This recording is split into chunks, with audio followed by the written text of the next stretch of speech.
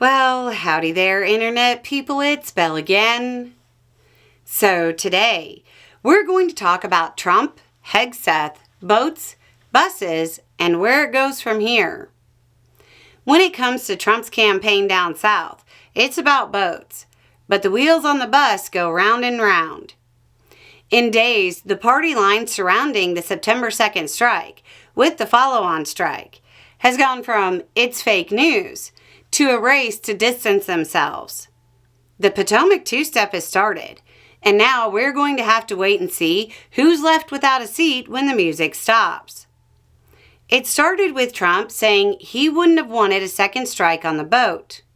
Quote, "No, I wouldn't have wanted that. Not a second strike. The first strike was very lethal. It was fine. And if there were two people around. But Pete said that didn't happen. I have great confidence in him." This is Trump trying to remove himself from the chain of command and say he would have done it differently. He dropped Hegseth's name. So, what did Hegseth, who said he watched the strike live, have to say? Quote, "Let's make one thing crystal clear. Admiral Mitch Bradley is an American hero, a true professional, and has my 100% support. I stand by him and the combat decisions he has made on the September 2nd mission and all others since. America is fortunate to have such men protecting us. When this Department of War says we have the back of our warriors, we mean it." Got it. Hegseth didn't give the order. Admiral Bradley did.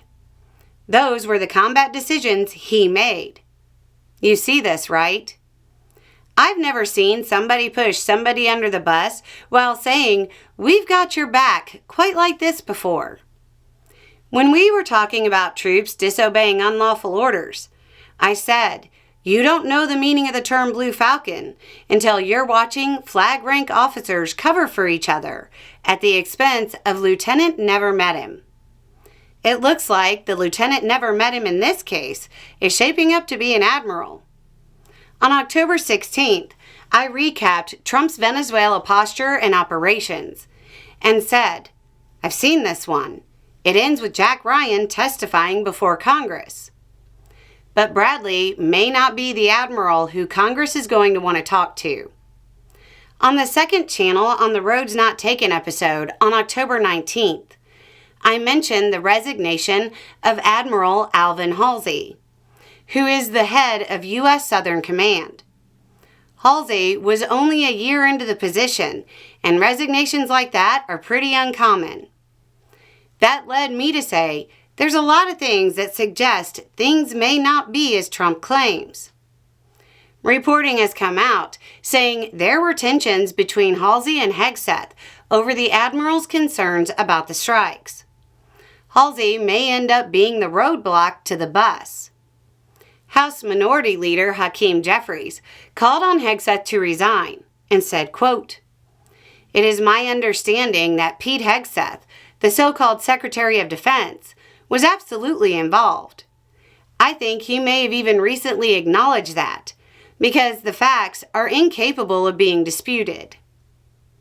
At this point, it's pretty clear there will be inquiries, probes, and hearings about this. And after all of that, regardless of the outcomes, there's probably going to be a little section added to the bit of training about unlawful orders that Republicans were just weeks ago saying was unimportant.